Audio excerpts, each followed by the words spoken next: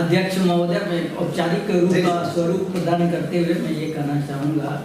कि त्रिविक्रम भाई चूँकि आज आए हैं एक एक्सटर्नल एग्जामिनर के हैसियत से बखूबी, और हम लोग दशकों में साथ काम किए राजेंद्र महाविद्यालय में, और 9 अप्रैल को अमूमन हम लोग इस गोष्ठी का आयोजन करते थे, और कुछ लोग थे, नाम लेना ये नहीं समझता, आप लोग भी बखूबी जानते हैं,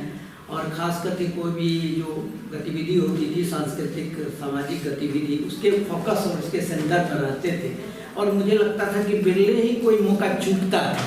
और बड़ी लंबी गोष्ठी चलती थी और घंटों घंटों लोग अपने विमर्श करते थे, अपनी बातों को बखूबी रखते थे। लेकिन चूंकि आज वैसा वक्त नहीं है और बहुत सारा वक्त निकल गया, इसलिए मैं अपनी बातों को रोकने की कोशिश नहीं करूँगा, और वैसे भी दिल से यह प्रत्याशा रहती है कि वो धन्यवाद ज्ञापन का जो फर्ज है उसका निर्वहन करेंगे। तो मैं अपनी बातों को 2 भागों में विभाजित करते हुए जितना 5 से 7 मिनट के अंतर्गत मैं समापन करना चाहूँगा। प्रथमतया तो मैं राहुल संकीर्तन के प्रति श्रद्धांजलि इन शब्दों में व्यक्त करना चाहूँगा कि वे बहुमुखी प्रतिभा के धनी थे, और उनके व्यक्तित्व और उनके कृतित्व को 2 वक्ताओं ने जिस तरीके से पूरे कलेवर में बांधने का कोशिश किया, मुझे लगता है कि एक सूत्रबद्ध तरीके से, जिसको आपने कहा कि बीज स्वरूप, करीब करीब सारी बातें उसमें समाहित हो जाती हैं। अब सवाल उठता है उन तमाम तथ्यों के एक्सप्लोरेशन का, तो बिल्कुल वह एक लेक्चर सीरीज का मामला बनता है, और उतने तफसील में नहीं जाया जा सकता क्योंकि वक्त उसकी इजाज़त नहीं देता है। लेकिन मैं एक बात सिर्फ अपने तरफ से देना चाहूँगा, जो मैंने उनके साहित्य के अवलोकन के बाद, अध्ययन के बाद, चूँकि हम लोग कॉलेज के दिनों में उनको पढ़ने का मौका लगा, पढ़ाने का कभी ऐसा वक्त नहीं आया, तो उनका जीवन जो सबसे ज़्यादा प्रभावित किया कि वह किसी एक विचारधारा, एक विचार को लेकर के, और उसी विचार करने का मतलब विचारों की आरूढ़ता उसमें नहीं थी, और एक तरह से जो हम कहते हैं ना संकीर्णता नहीं थी, जिसको आप कह सकते हैं ना कि विचारों का जो एक प्रवाह होता है, स्ट्रीम ऑफ कॉन्शसनेस, ये साइकोलॉजिकल में थियरी भी है, और आज उस टेक्निक से नॉवेल भी लिखा जाता है। तो हम, जैसा कि सभी लोगों ने उल्लेख किया कि छपरा उनकी कर्मभूमि भी रही है, उनका जो जन्म हुआ केदारनाथ पांडे के रूप में, एक ब्राह्मण परिवार, फिर आप देखते हैं कि एक साधु के रूप में उन्होंने अपना जीवन यापन शुरू किया, फिर उसके बाद एक आर्य समाजी के रूप में। ये एक तरह से इस बात को इंगित करता है, यह एक सांकेतिक है कि यह उनकी एक विचार यात्रा थी, और फिर हम लोग देखते हैं उनके विचारधारा में सबसे बड़ा पड़ाव, और उसके बाद एक मुकम्मल जगह आता है जब वो बुद्धवाद की यात्रा में वो जब बुद्धिस्ट बनते हैं। फिर इस दौरान और इस दरमियान दुनिया भर जब वो सैर करते हैं, और सैर करने के उपरांत और उनका जो अंतिम पड़ाव होता है एक मुकम्मल मार्क्सिस्ट थिंकर के रूप में, मार्क्सवादी चिंतक के रूप में, मार्क्सवादी विचारक के रूप में, तब हम एक प्रौढ़ और एक प्रबुद्ध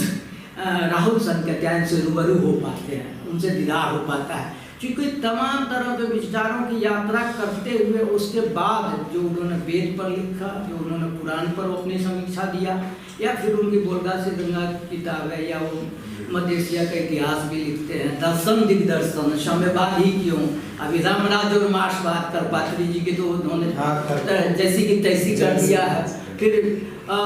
मुझे लगता करीब करीब दुनिया के जो भी मौजूद, जो भी कहने का मतलब समीचीन विचारधाराएं थी, प्रासंगिक विचारधाराएं थी और अप्रासंगिक विचारधाराएं भी थी, उसको भी उन्होंने अपने इतिहास लेखन में, अपने साहित्य लेखन में या अपने विचार दर्शन में समायोजित करने का उन्होंने चेष्टा किया, कोशिश किया। उनकी सबसे महत्वपूर्ण तथ्य मुझे यह लगता है कि वेद के बारे में जो एक दकियानुसी विचारधाराएं रही है, वेद में भी उन्होंने द्वंद्वात्मक तरीके से उसका विश्लेषण का एक नया तरीका ईजाद किया और ढूंढा। उन्होंने वेद के वेद में, जैसे हम लोग इसको खालिश ये इस आधार पर उसका हम रिजेक्शन कर देते हैं, जब वो वर्णाश्रम धर्म आता है और 4 भागों में ब्राह्मण क्षत्रिय वैश्य, और उसके बाद जो समाज का अत्यंत नीचे का जो तबका होता है शुद्ध वर्ग, उसे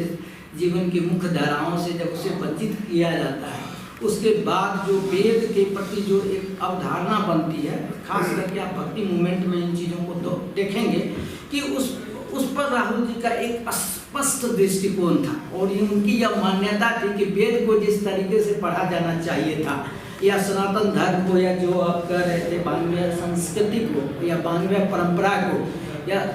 उस बृहद तरीके से, और या उसको हम लोग कह सकते हैं वस्तुनिष्ठ तरीके से उन चीज़ों को नहीं देखा गया और एक तरह से उसका स्वीपिंग जनरलाइजेशन कर दिया गया। यही कारण है कि राहुल संकटायन जी, जिसकी चर्चा भी अभी हम लोगों ने किया कि पाठ्यक्रम में विशेष रूप से जहां हम एक राहुल संकटायन को चिन्हित कर सकते हैं, उसको हम विवेचित कर सकते हैं एक विचारक के रूप में, एक चिंतक के रूप में, एक बड़े लेखक के रूप में, उस रूप में पाठ्यक्रम में वो नहीं आ रहे हैं। अगर आ रहे हैं तो कहीं प्रकृति वर्णन के रूप को लेकर के, या कहीं यात्रा वितरण ट्रेवलर जिसको हम लोग अंग्रेजी में कहते हैं, वो ऑलरेडी साहित्य में एक विधा के रूप में, एक लिटरेरी जॉनरे के रूप में वो एक एस्टैब्लिश्ड है, वो स्थापित सत्य है। तो उस रूप में कहने का मतलब सामाजिक परिवर्तन में, सामाजिक धारा को एक नई सोच, एक प्रबलता, प्रगाढ़ता प्रदान करने में जहां वह कारगर साबित हो सकते हैं, उस धारा को हम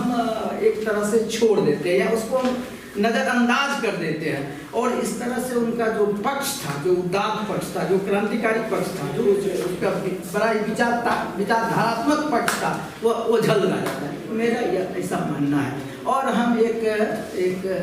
वो बड़े घुमक्कर थे, वो जगह जगह घूमे, साधु थे, संत थे, कुछ दिनों अपने जीवन के कुछ यात्रा में कुछ दिनों के लिए बुद्धिस्ट हो गए, अंत में कम्युनिस्ट हो गए, मार्क्सिस्ट हो गए, और इस तरह से करके हम एक जनरलाइज करके और उनकी जो भी काबिलियत थी, जो भी सलाहियत थी, ये जो भी योगदान था, इन चीज़ों को लगभग हम लोग नकार देते, मेरे कहने का यही मतलब। तो इन तमाम पहलुओं पर एक विशद और एक गंभीर चर्चा हो सकती है। क्षम्या भाव में हम उसको नहीं कर सकते हैं, सिर्फ मैंने एक संकेत के तौर पर आपको इशारा किया। अब दूसरा पक्ष जिसके लिए आपने मेरा नाम उद्धृत किया है वह यह है कि किसी भी मीटिंग का, किसी भी समारोह का, किसी भी आयोजन का यह पक्ष होता है, अंतिम पक्ष होता है कि धन्यवाद ज्ञापन। तो ऐसे मौके पर या मेरे लिए बड़ा ये सुखद ये क्षण है। बाकी सारे लोग जो यहाँ मौजूद हैं, सभी लोग होते ही हैं, उन्हें धन्यवाद ज्ञापन, ये तो उनके पार्ट ऑफ ड्यूटी है कि हम सब लोग यहाँ आए हैं। लेकिन विशेष रूप से जो आज हमारे विशेष प्रवक्ता है, मुख्य अतिथि हैं, एक्सटर्नल एग्जामिनर हैं, वो आए हैं। लेकिन पूर्व में हमारे मित्र थे, सहकर्मी थे, एक महाविद्यालय, एक विश्वविद्यालय में हम लोग काम किए, तो मैं उनको धन्यवाद ज्ञापित करना चाहूँगा। और विशेष रूप से इस बात का उल्लेख करना चाहूँगा कि आपने जो राहुल संकटायन का कुछ पक्ष ऐसा देखा, एक तो आपकी जो शैली है, आपका जो अंदाजे तर्जे बयां है, वो अपने आप में बड़ा ही माकूम है, बड़ा ही मुफीद है, वह मुझे बड़ा अट्रैक्ट करता है, बहुत ही फैसिनेट करता है, और मैं उसके लिए अलग से आपको धन्यवाद ज्ञापित करता हूँ। बिल्कुल। और मैं याद है मुझे राजेंद्र महाविद्यालय के दिनों में ये भाई साहब हमेशा याद किए जाते थे, जब भी कोई पत्र लेखन का काम होता था या जब कोई मीटिंग का आयोजन होता था, संजोग से जब मुझे यह जिम्मा हम तैयार जब हमने जा रहे थे तब इन्होंने कहा कि चल दिए क्या, तो आज ऐसे मैं थोड़ा खुश भी हो रहा था कि कुछ लोग तो मिलेंगे। इसलिए विशेष रूप से आपको धन्यवाद। आप सभी लोग भाई, जो लोग बोले उनको बर्दाश्त किए, उनको सुने, उनको समय दिए और सुनने का जहमत उठाए, इन तमाम चीज़ों के लिए सभी लोगों को बहुत बहुत धन्यवाद।